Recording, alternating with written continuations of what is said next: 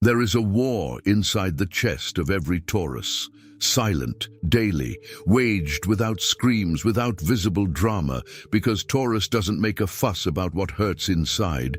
He builds a house on top of the pain and continues living as if nothing were happening beneath the surface. On one side of this war is what he has already conquered: the soft bed, the predictable routine, the body that knows exactly where to lean to feel safe. On the other side is something he rarely admits aloud: hunger. Not hunger for food, although he quite likes it. Hunger for more, to expand, to be something he hasn't yet dared to try to be. And here's the first reality check. The more comfortable the Taurus becomes, the more this hunger grows beneath, like a root that keeps spreading even when the tree seems still. But they learned very early on that feeling hungry for change is dangerous. That wanting too much is like opening a door that may never close again. So he does what he knows best. He holds back. He holds back his body. He holds back his will. He holds back the discomfort beneath a routine so well constructed that no one, not even himself, realizes that a war is raging inside. You've probably seen it from afar without knowing what to call it. The Taurus, who seems the most stable of the group, the most serene, the one who never seems to want anything more than what he already has, and who suddenly, in a small gesture, reveals enormous weariness. A lost look in the middle of any conversation, a silence that lasts a second longer than it should. This is not by chance. This is the war leaking out, because the security that Taurus builds doesn't spring from peace. It springs from fear, an ancient, almost ancestral fear that the world can take everything away at any moment. And that's why he clings even tighter to everything he already has, even when it no longer serves any purpose other than to keep him trapped. And that's where the cruelest paradox lies. The same instinct that protects the Taurus is what prevents him from growing. The same root that keeps him standing is what doesn't let him move an inch. He calls it stability, but if you ask him quietly, deep down, he knows that sometimes it's just fear disguised as virtue. There's a recurring scene in the life of almost every Taurus, even though they never talk about it. It's the moment when something good appears, an opportunity, a person, a new version of themselves. And instead of feeling joy, they feel a knot in their stomach. Because everything new threatens what has already been achieved with so much sweat and effort. So he hesitates, he postpones, he rationalizes. He says he needs to think it over, that it's not the right time yet, that it's better to wait for the right moment, when in reality, what he's doing is negotiating with his own fear, trying to convince himself that standing still is wisdom, not an escape. What if this war you imagine to be about laziness, about complacency, about a sluggish sign, was actually about something completely different? What if, deep down, what the Taurus is protecting isn't comfort, but an old, wounded version of themselves that they swore never to let go hungry again? What if that promise, made so early that they don't even remember making it, was the true root of everything they call stubbornness? Take a second to ponder this question before continuing, because perhaps you're not a Taurus, and yet you've recognized this struggle in someone you love, or worse, within yourself. It was in seeking answers to these reflections that the digital book, The 12 Laws of the Universe That Help the Zodiac Sign Overcome Spiritual Envy, was born. More than just a simple read, it brings together teachings, interpretations, and exercises to help you understand patterns, develop a more conscious attitude, and cultivate a stronger mindset in the face of difficulties. Many people have already begun this journey of self-discovery and found a new way to look at their challenges. Now it's your turn. Access to the digital book is available in the first pinned comment. Don't miss the opportunity to learn a perspective that can transform how you face spiritual envy, strengthen your energy, and continue your journey with more clarity. Click now and discover how the 12 laws of the universe can become a guide to a more conscious, balanced, and resilient life. If you've made it this far with a heavy heart, it's because you've recognized this war as your own. That recognition shouldn't just stay in this video, forgotten in 5 minutes. The link is in the first pinned comment. But be aware, this content may be taken down. Click now and download your copy. Tell me in the comments, at what point in your life did you realize you were protecting something that no longer made sense to hold on to? Come back with me into this war, because it didn't start yesterday. It started long before Taurus understood what it was feeling, probably in childhood, at a time when something was missing. It might have been real food. It might have been attention, affection, a solid foundation that should have been there but wasn't. And the body, which is wise in a way the mind cannot yet grasp, silently inscribed a rule: I will never let it be lacking again. It is this rule that years later shapes the adult Taurus, who hoards savings, who saves money, who doesn't give up on routine, who fills the pantry even when they don't need to, who is reluctant to end relationships that have already died, because ending them feels deep down like going hungry again. Notice that this isn't about greed, it's about survival disguised as a lifestyle. And the most curious thing is that the more material security this person accumulates, the more insecurity they feel that no amount of money can solve. Because the hunger they're trying to silence isn't financial, it's emotional. It's the old hunger of having once been left with nothing. This is the invisible architecture of Taurus. It builds castles of stability to protect a child who is still afraid of being helpless. And as long as this child is not recognized, no castle will be big enough. But there's a second layer to this war, even more troublesome, because it's not just insecurity that paralyzes the Taurus, it's also pleasure. Taurus is ruled by Venus, the energy of pleasure, beauty, and the body that feels. And ironically, it is precisely this love of pleasure that becomes a gilded prison. He finds a pleasurable routine and clings to it with almost religious loyalty. The same coffee, the same route, the same person, even when that person is no longer good for him. Because, for Taurus, the familiar brings pleasure simply by being familiar, and exchanging known pleasure for uncertainty is, for this energy, almost sacrilege. And here lies a troubling question. Could it be that what Taurus calls, "I simply like it this way," is sometimes just fear of discovering that something better exists on the other side? There is also a third front in this war, perhaps the most painful of all: loyalty. Taurus is the most loyal sign of the zodiac, and this loyalty is beautiful when chosen consciously. But when it stems from the fear of starting over, it transforms into chains disguised as commitment. How many times has a Taurus stayed in a job that drained their energy because changing their life seemed more frightening than suffering in what was already known?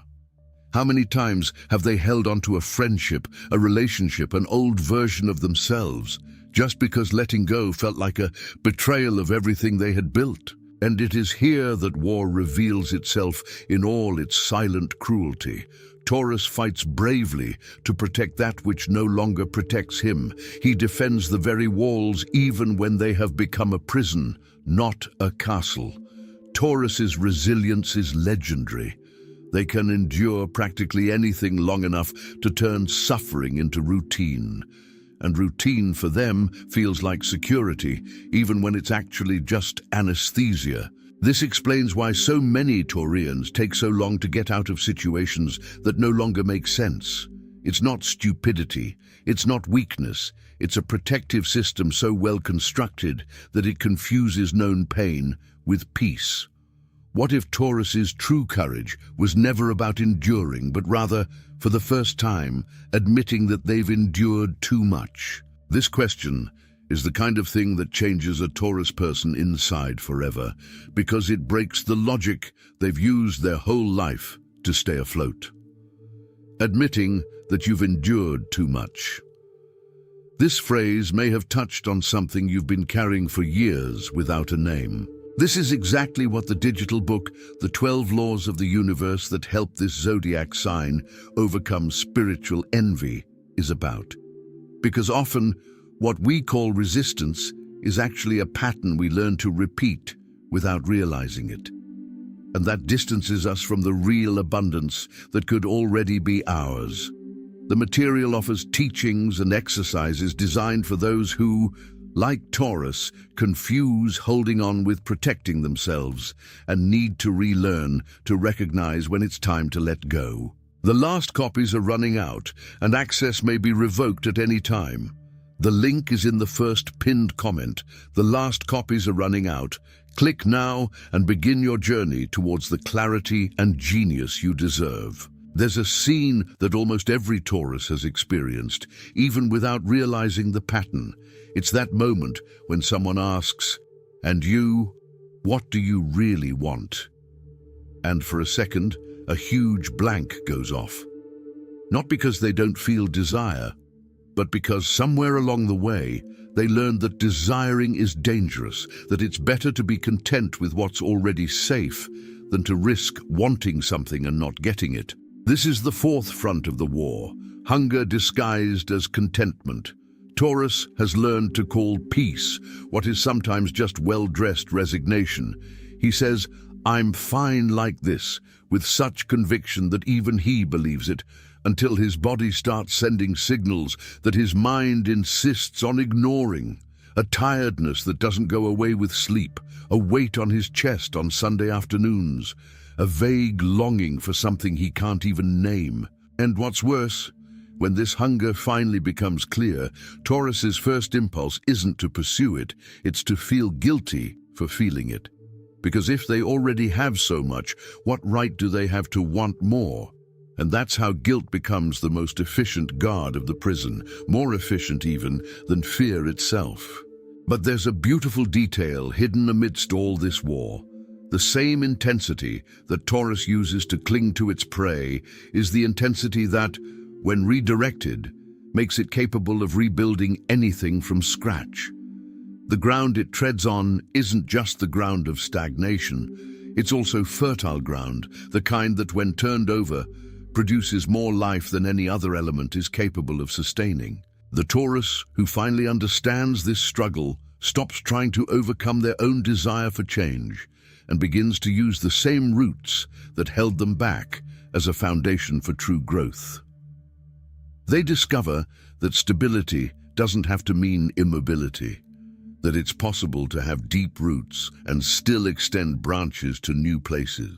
This is the moment when psychology meets astrology in an almost uncomfortable way, because it's not the birth chart that imprisons the Taurus.